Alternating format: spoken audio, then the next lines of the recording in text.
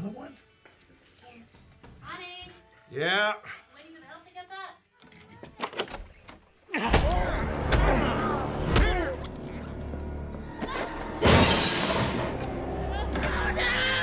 You can't fight fate.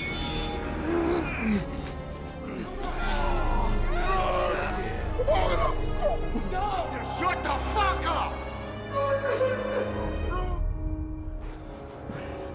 Kids like me.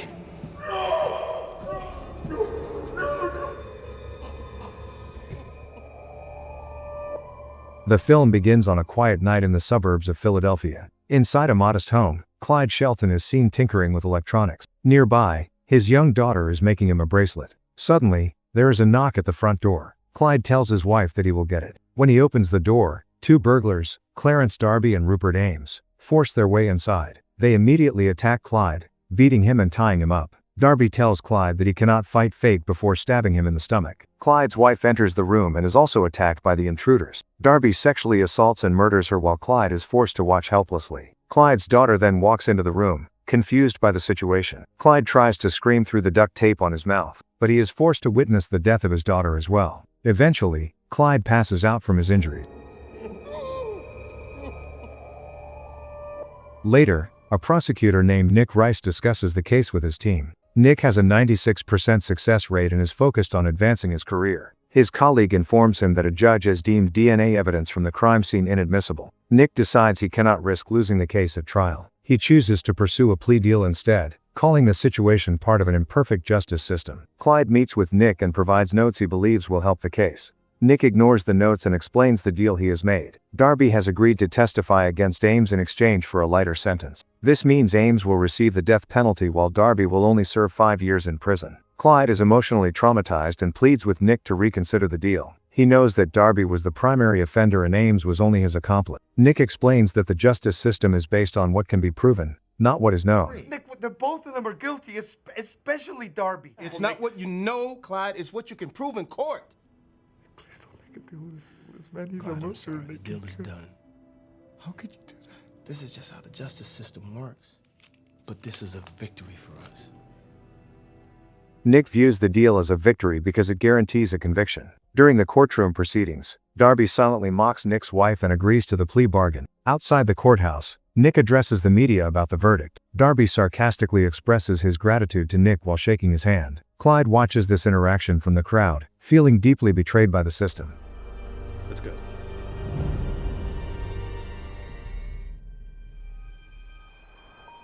Nick returns home to his wife, Kelly, and speaks to her unborn child to feel better about his day. 10 years pass, and Nick's daughter has grown up. That's good. You did this by yourself? I'm just gonna take this whole plate to work. No! You're only 10 years old. You're better than your mother. I heard that. You going to your daughter's recital this afternoon? I thought you were gonna... Mom, it's okay. All right. Thank you for the toast. Love you. Nick is still very busy with his work and frequently misses family events. On this day, he misses his daughter's school performance to attend an execution. Rupert Ames is scheduled to be executed by lethal injection. Nick goes to the prison with his colleague, Sarah Lowell, to witness the event. Before the execution begins, Ames insists that he did not kill Clyde's family. When the chemicals are administered, the execution does not go as planned. Instead of a quiet death, Ames begins to scream and shake in extreme pain. The witnesses are horrified as they watch him suffer a gruesome death. The warden tells the prosecutors that the prison is not responsible for the malfunction. A police officer arrives and hands Nick a bottle found at the scene. Scratched into the bottle is the phrase, "Can't fight fate." That's it. What is it, Nick? During the home invasion, Ames's accomplice said to one of the Vics, "You can't fight fate." I can't remember his name, though. Nick immediately recognizes the phrase as something Darby said years ago. An investigation begins, and authorities discover that the execution chemicals were tampered with. The sedatives were replaced with a neurotoxin that keeps the victim conscious of the pain. Following the horrific execution of Rupert Ames, the police begin a frantic search for Clarence Darby. While hiding out and using drugs, Darby receives a phone call from a muffled, anonymous voice. The caller reveals that they know exactly where he is and warns him that the police are currently surrounding the building. Panicked, Darby looks out his window and sees squad cars approaching from all sides.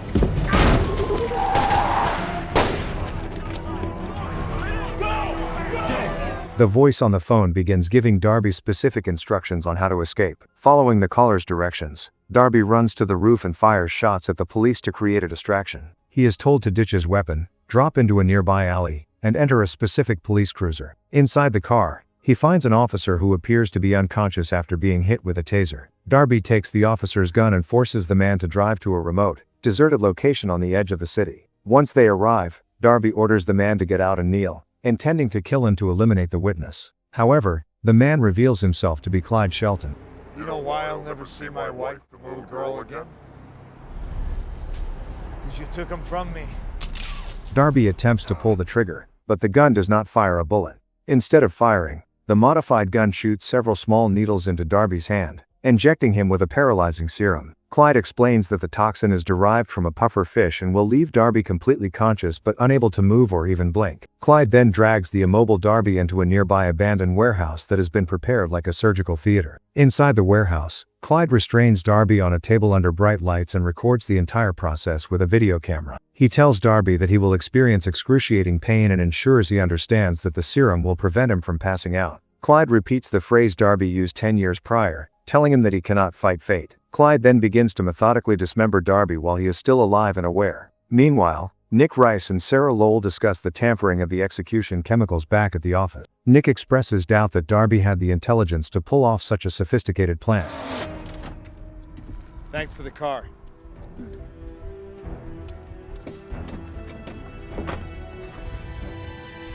Later, the police discover Darby's remains, which have been cut into 25 different pieces. Sarah conducts a background search on Clyde and discovers that he has recently liquidated all his assets. She finds that he has invested his money into various strange real estate properties, including the warehouse where Darby was found. The police immediately move to Clyde's residence to make an arrest. When the authorities arrive, Clyde is waiting for them and appears completely unconcerned. He undresses and surrenders without any resistance, but he gives Nick a cold, piercing stare as he is led away in handcuffs.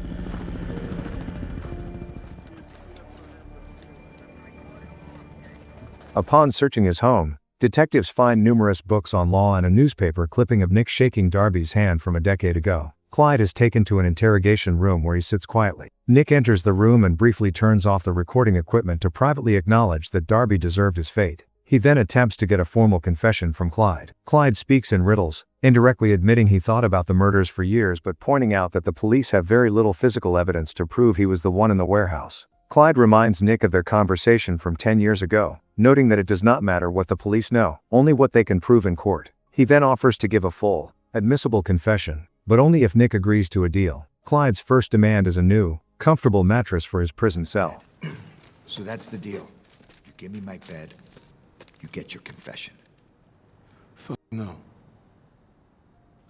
Nick initially refuses, but his supervisor, Jonas Cantrell, tells him to take the deal because they need the confession to ensure a conviction. Clyde eventually receives the mattress he requested. Shortly after, he is brought before a judge for his preliminary hearing. Despite having a lawyer, Clyde decides to represent himself and argues his own case for bail. He presents a sophisticated legal argument, claiming that he is a law-abiding citizen and pointing out that the prosecution lacks concrete evidence to hold him. The judge is initially impressed by Clyde's knowledge of case law and seems ready to grant his request for bail. However, as soon as the judge begins to rule in his favor, Clyde's demeanor shifts entirely. He begins to applaud sarcastically and berates the judge for her gullibility. He calls her a hypocrite for being so willing to let a confessed murderer back onto the streets just because he used a few clever legal arguments. The judge is outraged by Clyde's outburst and his blatant disrespect for the court. She immediately reverses her decision, denies bail, and holds him in contempt of court. Clyde is escorted back to prison, but he appears satisfied because he has successfully proven how easily the legal system can be manipulated. Whatever happened to the people?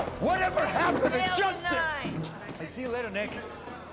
Back in the interrogation room, Nick confronts Clyde about his behavior. Clyde reveals that the recording he sent to Nick's house earlier was intended to show that good eventually triumphs over evil. He then officially confesses to being the person in the video who killed Darby. However, he tells Nick that he has one more admission to make, but it will require another favor. Clyde informs Nick that Bill Reynolds, the lawyer who defended Darby 10 years ago, has been missing for 3 days. He claims that he can provide the location to save Bill's life, but only if he is provided with a 20-ounce porterhouse steak from a specific restaurant and an iPod to listen to music during his lunch. He sets a strict deadline, stating the meal must be delivered to his cell by exactly 1 p.m. the following day. First rule in negotiating, Clyde, you gotta have something to bargain with. Would the life of Bill Reynolds suffice? Open it. Bill Reynolds? Darby's attorney. I've got his wife. She reported him missing 3 days ago. At the moment, Bill Reynolds is still alive. I'll tell you exactly where he is. Just bring me my meal and my music at 1 o'clock exactly. 1 o'clock, Nick. Nick agrees to the terms to save the lawyer, but the warden is unhappy about catering to a prisoner. On the day of the deadline, the warden insists on a thorough security check of the food, which causes a delay. The steak finally arrives at Clyde's cell, but it is 8 minutes past the 1 p.m. deadline. Clyde calmly accepts the meal and provides a set of coordinates. Nick and a rescue team rush to the location, which is a deserted field. They find a plywood structure buried underground that contains a coffin. Inside, they discover Bill Reynolds, but he is already dead. There was an oxygen tank inside the coffin, but it had run out of air only minutes before they arrived. Clyde explains that the 1 p.m. deadline was not for his benefit, but for Bill's survival. Because the warden and Nick were 8 minutes late with the lunch, the lawyer suffocated. What about some steak? You like steak? This was another lesson from Clyde regarding the consequences of bureaucratic delays and the failures of the individuals within the system. While Nick is dealing with the discovery of the body, Clyde is in his cell finishing his meal. He has been sharing his lunch with a cellmate, and the two appear to be getting along. However, Clyde is actually using the meal as a tool for his next move. He sharpens the bone from the porterhouse steak into a makeshift weapon. Clyde turns up the volume on his iPod and hands the device to his cellmate to distract him. While the man is listening to music, Clyde suddenly attacks him, stabbing him repeatedly with the sharpened bone. When the guards arrive, they find a gruesome scene in the cell. As a result of this murder, the warden is forced to move Clyde into solitary confinement. How we doing? Can you believe this? Wow. Nick goes to visit Clyde in his new solitary confinement cell to demand an explanation for the senseless murder of his cellmate. Clyde explains that his actions are intended to ensure that everyone involved in the original case is held responsible for their part in the failed justice system. When Nick asks if Clyde's family would approve of this path, Clyde maintains that his version of revenge is the only true form of justice. Seeking a way to anticipate Clyde's next move, Nick and Jonas meet with a government official who reveals Clyde's secret history. The official describes Clyde as a world-class master tactician who previously worked for the CIA. In his former role, Clyde designed complex devices and strategies to eliminate high-profile targets from a distance without ever being physically present. The operative warns them that Clyde being in prison is likely an intentional part of his larger strategy. He explains that if Clyde has decided someone is going to die, that person is essentially already dead. That's a pawn being moved off the board. Anybody who had anything to do with that case, he's going to be coming after you. So what do you say? You can't stop him. If Clyde wants you dead, you're dead. And the only way to truly stop him is to kill him immediately. With this information, Nick and Jonas visit Judge Laura Birch to request an emergency order. They ask the judge to restrict all of Clyde's civil rights, including his access to visitors and phone calls, to protect the city. The judge agrees and signs the document. Moments later, her personal cell phone rings. When she answers the call, the device explodes instantly, killing her right in front of Nick and Jonas. We do know that at least one person is dead. More information will be bringing in. Somebody's helping this guy. You okay? I survived a war and 2 ex-wives. I'll be fine. How you holding up? I'm good. Nick returns to the prison to confront Clyde about the murder of the judge and to demand the identity of his outside accomplice. Clyde becomes enraged that Nick still does not understand the point of the lesson. He tells Nick that if he simply wanted revenge, he would have killed Nick's family 10 years ago. Clyde then delivers an ultimatum. Nick must release him and drop all charges by 6 a.m. the following morning, or he will kill everyone associated with the case. Fearing for the safety of his staff, Nick moves his team into the prison to work through the night. He has to have an accomplice, probably somebody inside the prison. Do you want the files brought to the office? No, there isn't time. Everybody.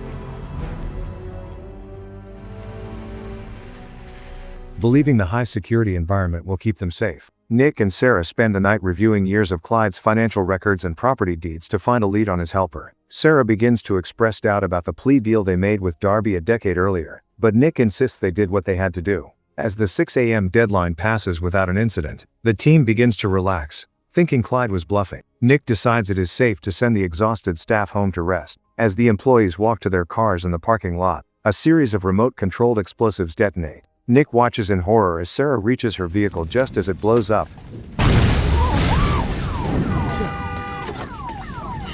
Sarah!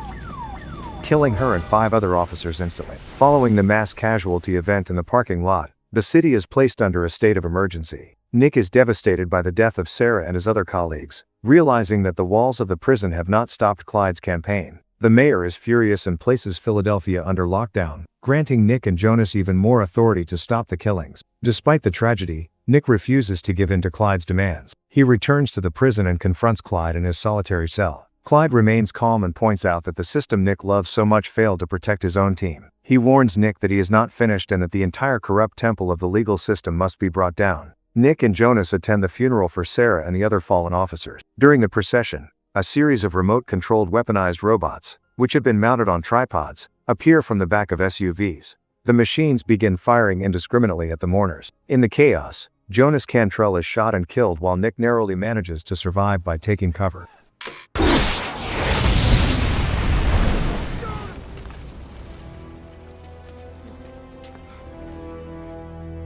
Now the acting district attorney, Nick is more determined than ever to find Clyde's outside accomplice. He meets with a contact from the CIA again, who reiterates that Clyde is likely acting alone. The operative suggests that if Clyde is moving in and out of the prison, he must have a physical way to do so that doesn't involve another person. Nick returns to the evidence and focuses on the real estate properties Clyde purchased over the last decade. He discovers that Clyde bought an industrial warehouse located directly adjacent to the prison. Nick and Detective Dunnigan rush to the warehouse to investigate. Inside, they find a sophisticated command center filled with monitors, tools, and maps of the city's infrastructure. Upon further inspection, they find a hidden trapdoor beneath a heavy workbench. This door leads to a massive, hand-dug tunnel that runs directly underneath the prison walls. The tunnel has several branches, each leading to the floor of a different solitary confinement cell, including the one Clyde currently occupies. Nick realizes that Clyde has been leaving the prison whenever he wants. Not here. If he's not there, then where is he? Nomos, what happened to your eye? What's up with this, sir? Turn around, sir. Extend your arms. Something going on tonight? The mayor. He has been committing the murders himself, returning to his cell before the guards ever noticed he was gone. This explains how he was able to plant the bombs and coordinate the attacks with such precision. Searching the warehouse further, Nick finds a set of blueprints for City Hall. He discovers that a high-level emergency meeting involving the mayor and all the city's top officials is scheduled to take place in the main conference room. He finds evidence that Clyde has already prepared a massive suitcase bomb to be detonated during this meeting. Nick and the bomb squad rush to City Hall. They search the building and eventually find a large suitcase hidden directly beneath the floorboards of the conference room. The bomb technician warns Nick that the device is armed with a cellular trigger and is extremely unstable.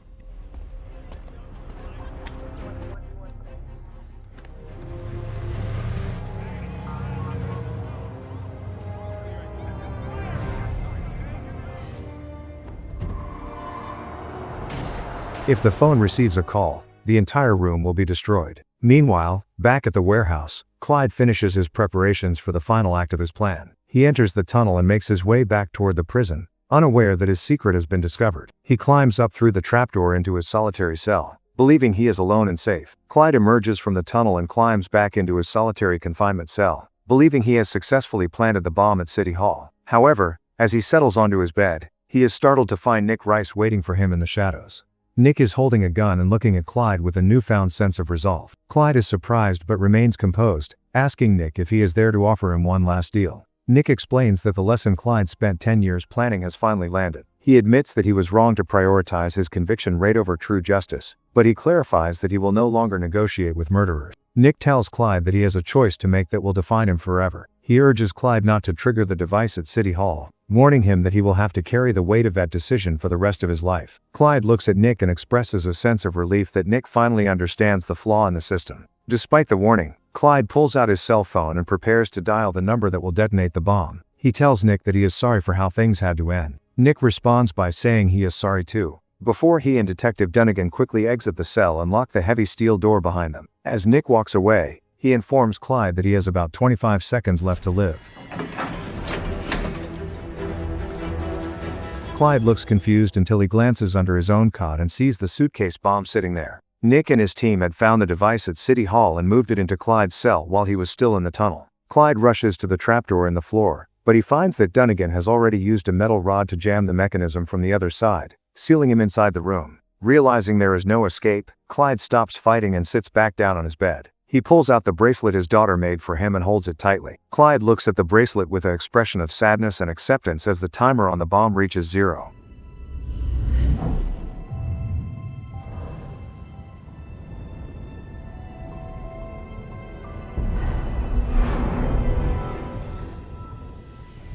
A massive explosion erupts, completely destroying the solitary confinement wing and killing Clyde instantly. The fire consumes everything, ending Clyde's long campaign of vengeance against the city's legal infrastructure. Sometime later, the city begins to return to a sense of normalcy. Nick is seen at his daughter's school, attending the musical performance he had previously missed. He sits in the audience with his wife, looking focused and present. As his daughter plays her cello on stage, Nick watches her with pride. He has survived the ordeal but has been permanently changed by the events. He no longer views the law as a game of statistics,